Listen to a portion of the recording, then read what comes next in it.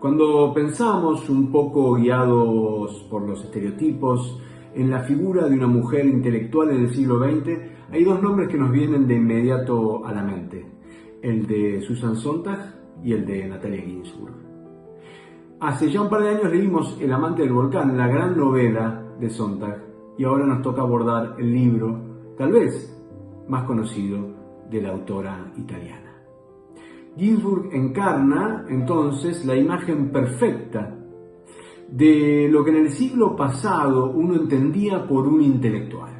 Educación laica, hija de un libre pensador, de familia antifascista, sufrió la persecución en carne propia y el asesinato de su primer marido, de quien tomó el apellido. Se ganó muy rápidamente el derecho a firmar con su propio nombre, publicó cuentos, novelas, ensayos, ganó premios, tradujo autores como Proust, Flaubert, Maupassant, fue madre incluso de un intelectual, un historiador muy reconocido, Carlo Ginzburg. Se vio envuelta en polémicas intelectuales y hasta llegó a ser diputada en la Italia de la década del 80. Su pensamiento lúcido, su sensibilidad, su inteligencia, hicieron de la familia uno de sus grandes temas. Y por todo esto es que creemos que el léxico familiar tiene todas las cualidades para convertirse, para muchos de nosotros, en un sair.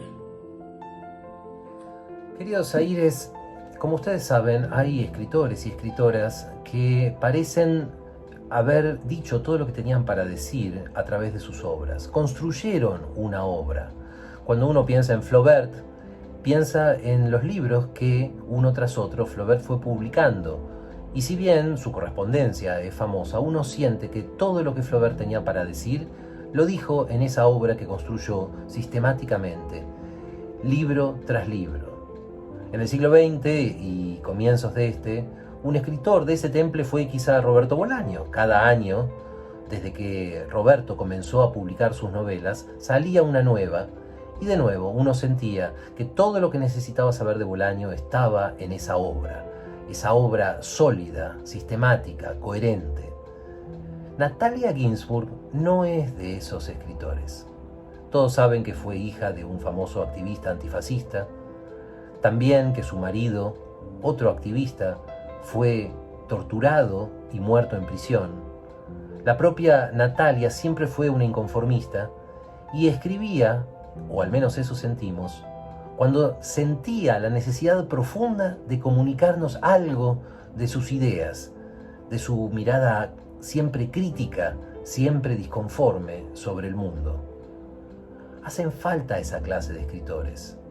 No porque los otros no sean grandes y nos procuren alegrías, sino porque una escritora a ponchazos, podríamos decir, una escritora casi accidental, una escritora de exabruptos como Natalia Ginzburg, nos produce un despertar, una electricidad, un sacudón que tal vez nadie más pueda darnos.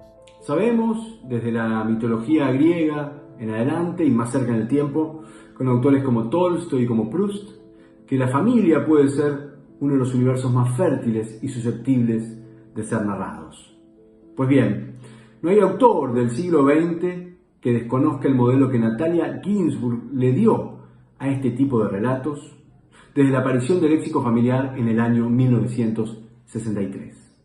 El libro nos cuenta la conformación de aquel núcleo integrado por los Levi, familia judía y antifascista de Turín, la ciudad al norte de Italia, Torino, entre 1930 y 1950, es decir, antes y durante la Segunda Guerra Mundial. La pequeña Natalia, una de las hijas del profesor Levi, del profesor de anatomía, Levi es testigo y narradora de la intimidad de esta familia, con sus señas, sus guiños, su propia lengua, y a medida que avanzan las páginas nos sentimos uno más de ellos, de ese universo de tíos, primos, sobrinos, abuelos, vecinos. Léxico familiar le dio pie a Natalia Ginzburg para comenzar a explorar el mundo de las relaciones familiares Tarea que luego va a continuar con libros como Querido Miguel, Familia, La ciudad de la casa e incluso La familia Manzoni, en este caso explorando la del gran novelista italiano, autor de Los novios. Esperamos entonces que puedan disfrutar de este libro tanto como lo hicimos nosotros. Léxico familiar es, ya lo saben, una crónica novelada de la propia familia de Natalia Ginzburg. Está construido de un modo muy particular, basado en las cosas que en su familia se decían, y a partir de las cosas que se decían, construye personalidades y destinos inolvidables.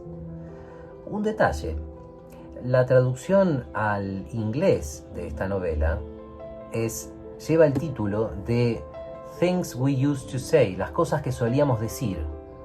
Espero que no les parezca una herejía si digo que ese título me parece en cierto modo más justo y más inspirado que el original. Como fuere, Natalia Ginzburg logra acá retratar unos personajes, una época, y no sé si a propósito o no, aunque yo no creo que una grandísima escritora como Natalia Ginzburg haga nada por accidente, este libro termina siendo también una reflexión profunda acerca de las cosas que se dicen en general, no solo en las familias, y el lenguaje, que es la materia de los escritores.